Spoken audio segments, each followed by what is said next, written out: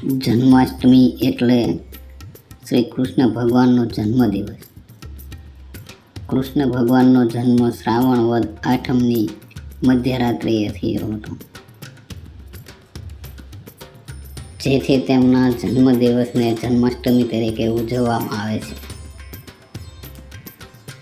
ભગવાન શ્રી વિષ્ણુના ધારણ કરેલા મુખ્ય 10 અવતારોમાં સૌથી પ્રચલિત 2 અવતારો રામ અને કૃષ્ણના છે.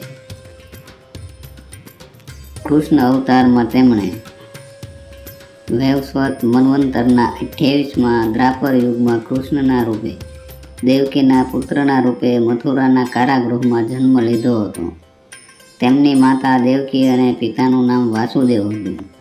કૃષ્ણ તેમના માતા પિતાના 8મું સંતાન હતા. કૃષ્ણની પહેલાં તેમના 7 ભાઈઓ અને તેના મામા કંસે ક્રૂરતાપૂર્વક મારી નાખ્યા હતા.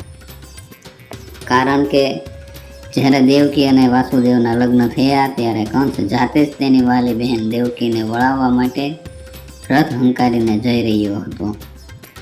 ત્યારે રસ્તામાં જતાં આકાશવાણી થઈ ગઈ, હે કંસ, તું જેને વળાવવા જઈ રહ્યો છે તે તારી બહેન દેવકીનું 8મું સંતાન તારી હત્યા કરશે. આવી આકાશવાણી સાંભળીને કંસે બહેન દેવકી અને વાસુદેવને કારાગૃહમાં નાખ્યા અને દેવકીના 7 સંતાનોને પોતાના મૃત્યુના ભયથી ક્રૂરતાપૂર્વક મારી નાખ્યા હતા. કૃષ્ણના જન્મ પછી તેમના માતા પિતાએ કંસ તેમના 8મા સંતાનને મારી ન નાખે તે માટે દેવી શક્તિ દ્વારા પ્રેરાતા કૃષ્ણને કારાગૃહમાંથી બહાર કાઢીને પોતાના મિત્ર નંદજીના ઘેરે મૂકવા માટે નીકળ્યા. પરંતુ ગોકુળ અને મથુરા વચ્ચે યમુના નદી પાર કરવાની હતી અને તે રાત્રે વરસાદ વરસી રહ્યો હતો. યમુનાજીના પાણી કૃષ્ણ ભગવાનના પગને સ્પર્શ કરવા માટે ઉછળી રહ્યા હતા. વાસુદેવના માથા સુધી પાણી આવી ગયા હતા. ભગવાન શ્રી કૃષ્ણએ પોતાના પગ ટોપલાની બહાર કાઢીને યમુનાજીને સ્પર્શ કરાવ્યો એટલે તરત જ યમુનાજીના જળ શાંત થઈ ગયા અને વાસુદેવ ગોકુળ ગયા, જ્યાં નંદજીના ઘરે મહામાયાએ જન્મ લીધો હતો. ત્યાં ભગવાન કૃષ્ણને મીકી અને દીકરી મહામાયાને ટોપલામાં લઈને પાછા મથુરા આવ્યા. વાસુદેવ જેવા પાછા મથુરામાં આવ્યા અને કારાગૃહમાં દાખલ થતાં કારાગૃહના દરવાજા આપોઆપ બંધ થઈ ગયા અને દરવાનો જાગી ગયા. આ બાજુ બાળકનો રડવાનો અવાજ સાંભળતા જ દરવાનો દોડતા રાજા કંસ પાસે પહોંચ્યા અને દેવકીના 8મા સંતાનના જન્મ વિશે જણાવ્યું. કંસને 8મા બાળકના જન્મની જાણ થતાં જ તે કારાગૃહમાં દોડતો પહોંચ્યો અને બહેન દેવકીના હાથમાં રહેલા બાળકને આંચકીને જેવો દિવાલ સાથે અથડાવીને મારી નાખવા માટે ઘા કરવા ગયો કે તે મહામાયા તેના હાથમાંથી છટકીને આકાશમાં પ્રગટ થયા અને કંસને કહ્યું કે તારો કાળ તને મારનારો પ્રગટ થઈ ચૂક્યો છે. એવું કહીને આકાશમાં અલોપ થઈ ગયા. પછી ભગવાન કૃષ્ણને મારવા માટે કંસ અધીરો બની ગયો હતો. તેથી તેને પૂતના નામની રાક્ષસીને નવા જન્મેલા બાળકને વિષપાન કરવાનું કહ્યું અને ગોકુળ મોકલી હતી. ત્યારે કૃષ્ણ ભગવાન માત્ર 6 દિવસના હતા અને માત્ર 6 દિવસના શ્રી કૃષ્ણ ભગવાનને પ્રથમ પૂતનાનો વધ કર્યો. આમ શ્રી કૃષ્ણ ભગવાને બાળપણથી તેમની લીલાના દર્શન કરાવ્યા. ગોકુળને આવી અનેક પરિસ્થિતિઓમાંથી બચાવ્યું હતું.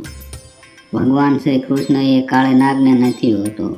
ભગવાન શ્રી કૃષ્ણ જ્યારે 11 વર્ષના થયા ત્યારે તેમના અત્યાચારી મામા કંસને મારી નાખીને તેમના માતા દેવકી અને પિતા વસુદેવને કારાગૃહમાંથી મુક્ત કરાવ્યા. સાથે જ કંસ તેના પિતા ઉગ્રસેનને પણ બંદી બનાવ્યા હતા. કંસનો વધ કરીને મહારાજા ઉગ્રસેનને પણ ભગવાને બંધનમાંથી મુક્ત કરાવ્યા હતા. આમ શ્રી કૃષ્ણ ભગવાને પૃથ્વી પરના વધતા અત્યાચારોથી અને ભક્તોને બચાવવા માટે ધર્મની રક્ષા કરવા માટે શ્રાવણ વદ આઠમની મધ્યરાત્રિએ જન્મ લીધો હતો, જે હિન્દુ ધર્મમાં ખૂબ જ ધામધૂમપૂર્વક ઉજવવામાં આવે છે અને પોતાના ઈષ્ટદેવનું ભક્તિભાવપૂર્વક પૂજન કરવામાં આવે છે. જન્માષ્ટમીનો દિવસ ઠેર ઠેર વિવિધ આયોજનો કરવામાં આવે છે. મટકી ફોડનો કાર્યક્રમ ગોઠવવામાં આવે છે, જેમાં મટકી થોડી ઊંચી બાંધવામાં આવે છે.